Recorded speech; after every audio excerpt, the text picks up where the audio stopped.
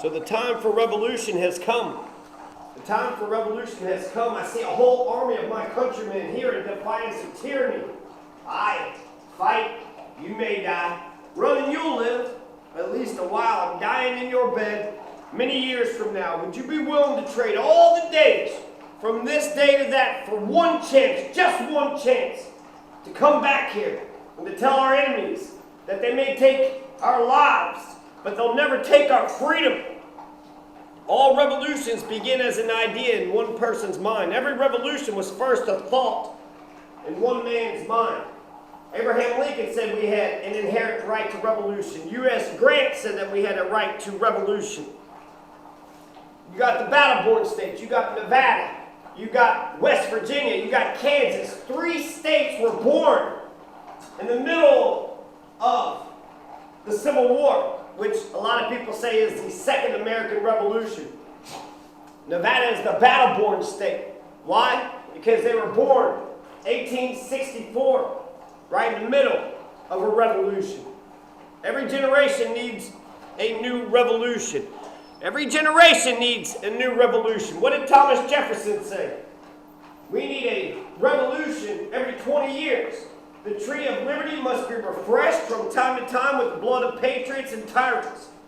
You got the information revolution, the industrial revolution. You got the Dutch revolution. The electrical car revolution. What did Tesla say? Tesla said that you have a revolution when it comes to electric cars. Anytime you have a piece of technology that is being revolutionary, what happens? What happens? It means that the entire industry has been revolutionized. What did Karl Marx say about capitalism? My God, how does capitalism revolutionize our society? Day in and day out. Move, move, move. We've destroyed the feudal systems. We've destroyed the royalist systems. Capitalism has pretty much eaten up and churned out any and every other idea out here. So Karl Marx recognizes the revolutionary change that has happened because of capitalism. I am the huddled masses yearning to breathe free. Poverty is the parent to crime and revolution. When the tyranny is great and overwhelming and unendurable, then revolutions become duty. Revolutions become a rite of passage and a duty. Revolutions are impossible until they're inevitable. Revolutions are impossible until they're inevitable. Rebellion to tyrants is obedience to God. Rebellion to tyrants is obedience to God. Why is that? Because God doesn't want us to be underneath the iron heel, underneath the boots. God doesn't want to have our necks broken. The problem with capitalism is after you broke so many damn necks, you're going to run out of necks to break. The main object of revolution is the liberation of man. Napoleon and Lenin, they both got power because the revolutionaries of Russia and France couldn't get their shit together. So they needed a stabilizing force of Lenin and Napoleon. We need personal revolutions. We need collective revolutions. I am the Son of Man. I am the Son of God.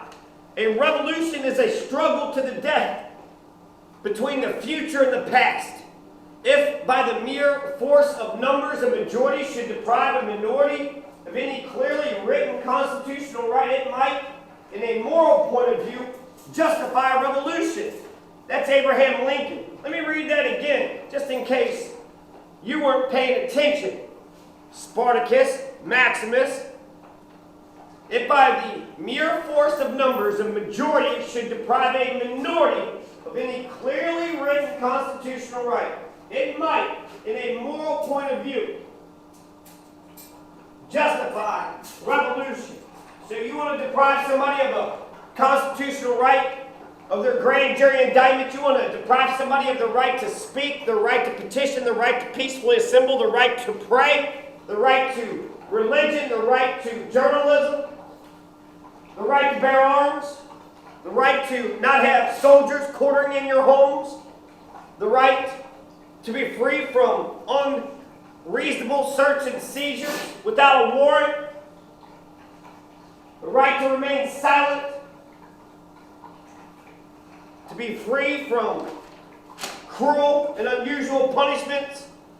Any one of these rights, if they're deprived of the minority, and I would say the biggest minority is the individual, you deprive any of these rights to any individual, according to Abraham Lincoln, the moral point of view is revolution is justified.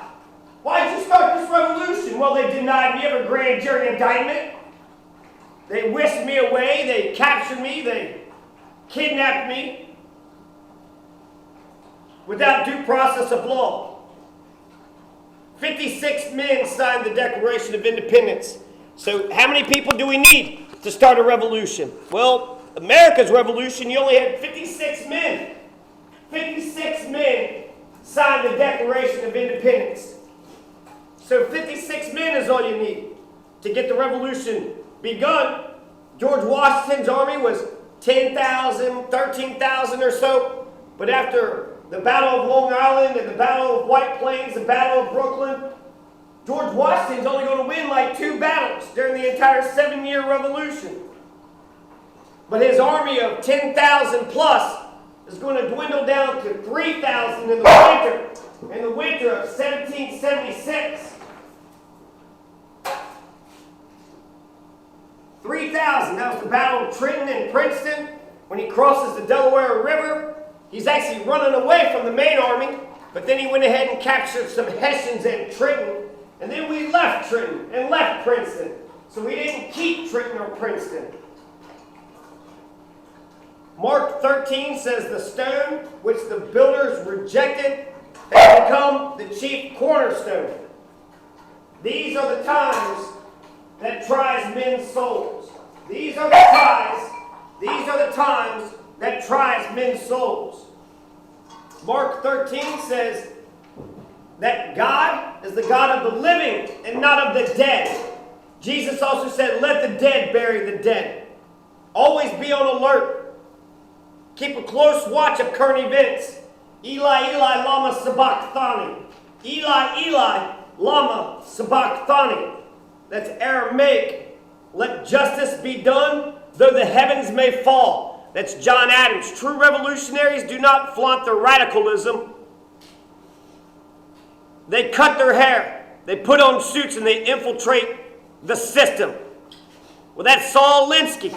That's Saul Alinsky. Revolution is but thought carried into action. Revolutions are a circle.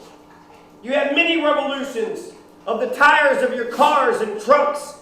The wheels of the bus need to go round and round and round. How many revolutions does it take for you to go to the grocery store, to go to work, to come back home? You need hundreds, if not thousands, of revolutions to get that done. In order for man to have perfection, we need to strive for ever. Always have the ever perfection of man. So you need to change over and over again. Fidel Castro started out with 82 men, and he said that he only needed 10 or 15. He just needed 10 or 15 revolutionaries. And as long as they had absolute faith and a plan of action, then everything was going to be okay. 56 Americans signed the Declaration of Independence. Just 56 men. More of the New Testament. Now, brother will betray brother to death, and father his child, and children will rise up against the parents and cause them to be put to death. Let those in Judea flee to the mountains. Those on the housetop and in the fields, do not go back into the house. Don't take anything, not even your clothes. Run, flee. Pray that your fight does not begin in the dead of winter. All ye better repent, for the kingdom of heaven is at hand. Woe to those who are pregnant and to those who are nursing babies. The sun will become a red giant. The sun will become a red giant, then it will cool down to a white dwarf. The stars in heaven will blow up into supernovas and then sink into sunken black holes. You'll go to your sunken place. You'll go into your sunken place.